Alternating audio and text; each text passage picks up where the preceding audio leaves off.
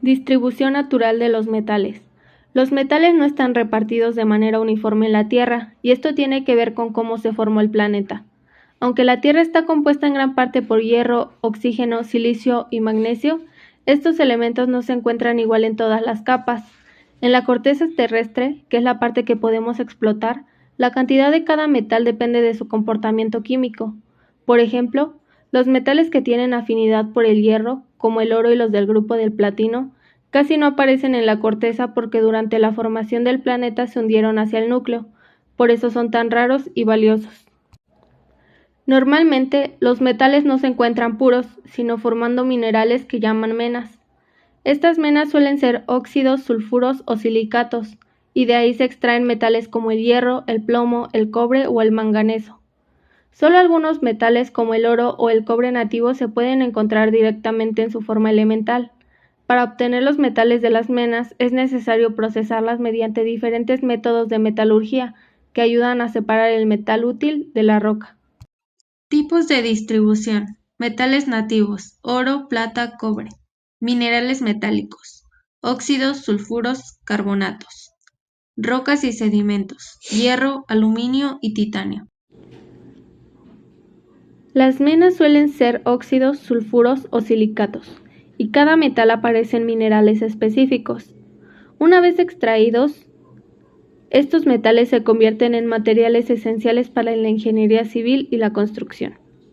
El hierro es uno de los metales más abundantes y se encuentra principalmente en minerales como la hematita y la magnetita, ambos óxidos ricos en hierro.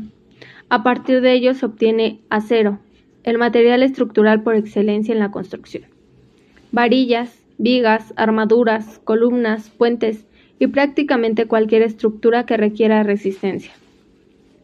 El cobre, aunque puede aparecer como cobre nativo, generalmente se encuentra formando minerales sulfurosos como la calcopirita, la bornita, la cobaltita y la calcosita. Después de su extracción, el cobre se usa ampliamente en instalaciones eléctricas, sistemas de plomería, tuberías, conexiones y aleaciones como el bronce y el latón, muy presentes en válvulas, herrajes y acabados arquitectónicos. El plomo aparece principalmente como galena, su mena más importante, y como anglesita, que se forma a partir de la oxidación de la galena. Aunque su uso se ha reducido por cuestiones de salud, sigue siendo útil en ingeniería para la protección contra la radiación en hospitales, láminas especiales de impermeabilización y como contrapeso en ciertas estructuras. El aluminio proviene casi exclusivamente de la bauxita, un mineral compuesto de óxidos hidratados de aluminio, como la gipsita, bohemita y diásporo. Tras su obtención, el aluminio se usa en ventanas, puertas, fachadas, marcos ligeros, láminas para techos y estructuras que requieren bajo peso pero buena resistencia. El manganeso aparece en menas como la pirolusita, el psilomelano, ambas ricas en este elemento. Su principal uso en ingeniería civil es dentro del acero. El manganeso mejora su dureza, resistencia, tenacidad y durabilidad. Por eso es común en aceros estructurales, maquinaria pesada, rieles, componentes sometidos a desgaste. El zinc se obtiene sobre todo de la esfalerita, su mineral más importante. En construcción, el zinc tiene un papel clave. Se usa para galvanizar el acero, recubriéndolo para evitar la corrosión. Gracias a esto se fabrican láminas acanaladas, tuberías, postes, tornillería, anclajes y estructuras metálicas con mayor vida útil. Metales como el oro y la plata, que puedan hallarse de forma nativa o en minerales como la calaverita, en el caso del oro, y la cantita, en el caso de la plata, no se utilizan como materiales estructurales en la construcción. Sin embargo, sí tienen aplicaciones en componentes eléctricos, sensores, recubrimientos especiales y equipos de medición empleadas en obras de infraestructura.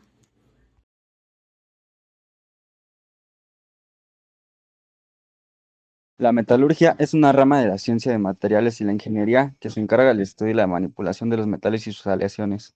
Su objetivo principal es entender las propiedades de los metales, cómo se obtienen a partir de sus minerales y cómo se pueden transformar para crear productos útiles.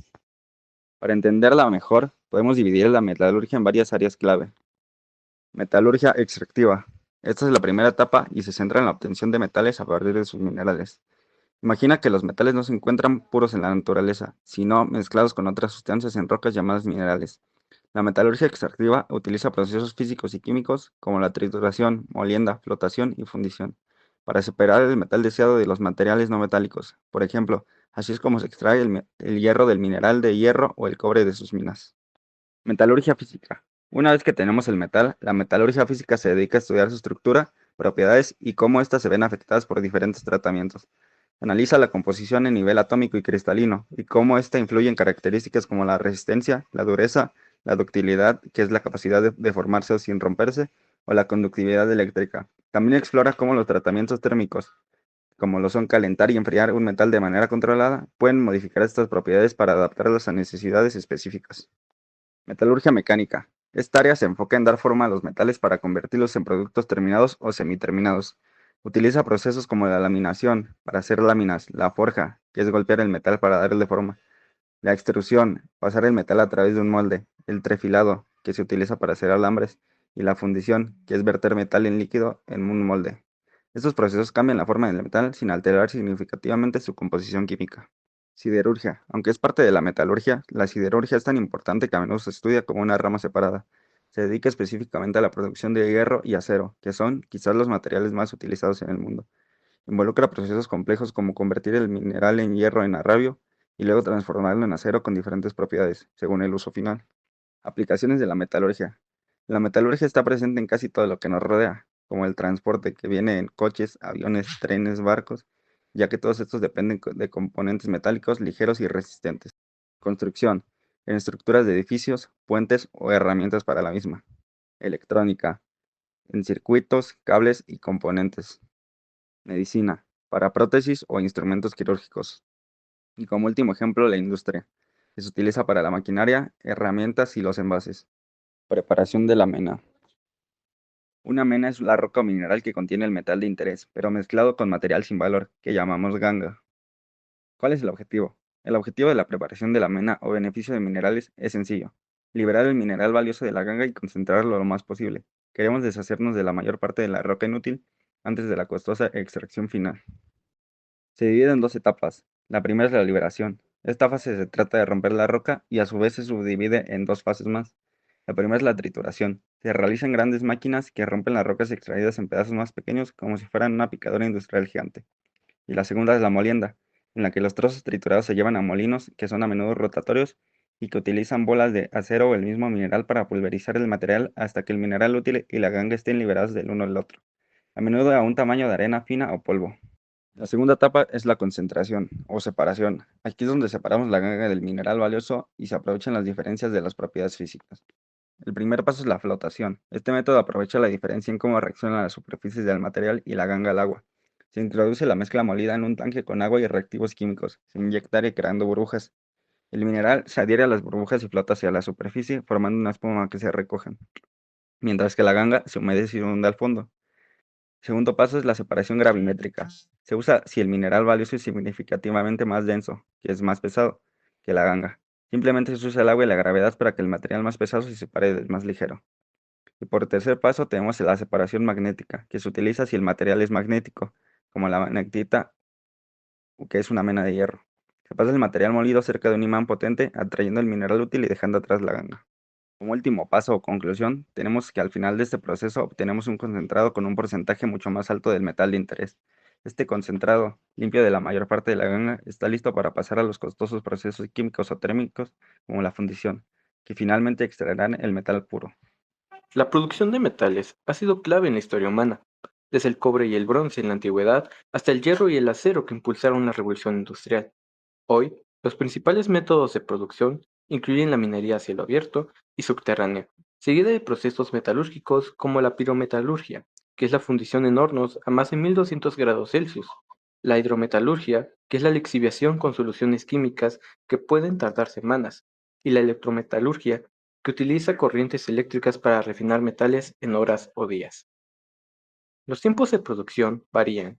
La extracción minera puede tomar meses o años, según la profundidad del yacimiento, mientras que la fundición y refinación de un lote de mineral suele tardar entre 24 y 72 horas. En cuanto a cifras, En 2023, China produjo más de 1.000 millones de toneladas de acero, liderando el mercado mundial. Australia y Brasil destacan en hierro, con más de 900 millones de toneladas anuales. Chile es el mayor productor de cobre, con cerca de 5.3 millones de toneladas, mientras que México ocupa el primer lugar en plata, con más de 200 millones de onzas al año, además de ser relevante en zinc y cobre, principalmente en Zacatecas, Sonora y Chihuahua.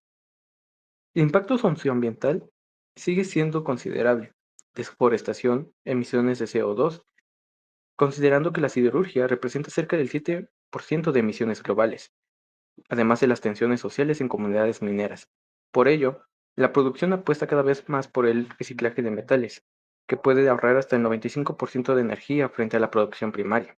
En conclusión, la producción de metales es indispensable para la vida moderna, pero su futuro depende de equilibrar la demanda global con prácticas más sostenibles y responsables.